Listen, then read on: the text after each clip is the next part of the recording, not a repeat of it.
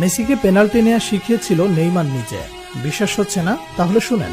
বিশ্বের ইতিহাসে সবচেয়ে সফল পেনাল্টি টেকারের নাম হইল Neymar da Silva Santos junior.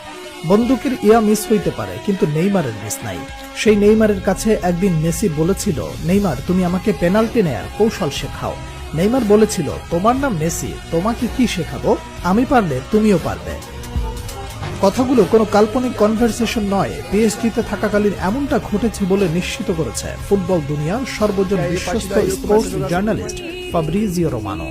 বার্সেলোনায় থাকাকালীন আর্জেন্টিনা জাতীয় দলে কিংবা ক্লাবের টাই সিচুয়েশনে পেনাল্টি মিস করতেন আর্জেন্টাইন সুপারস্টার লিওনেল মেসি। কিন্তু পিএসজিতে যোগ দেওয়ার পর ক্রমে ক্রমে উন্নতি করতে থাকেন মেসি, যার প্রতিফল দেখতে পাওয়া যায় কাতার বিশ্বকাপে। আর্জেন্টিনার হয়ে একের পর এক পেনাল্টিতে শতভাগ গোলের দেখা পান মেসি। সেই সময়ের পেনাল্টি নেওয়ার স্টাইল অনেকটা নেইমারের মতো হওয়ায় অনেকেই প্রশ্ন তুলেছিলেন, তাহলে কি নেইমারের কাছ থেকেই টেকনিক শিখেছেন মেসি?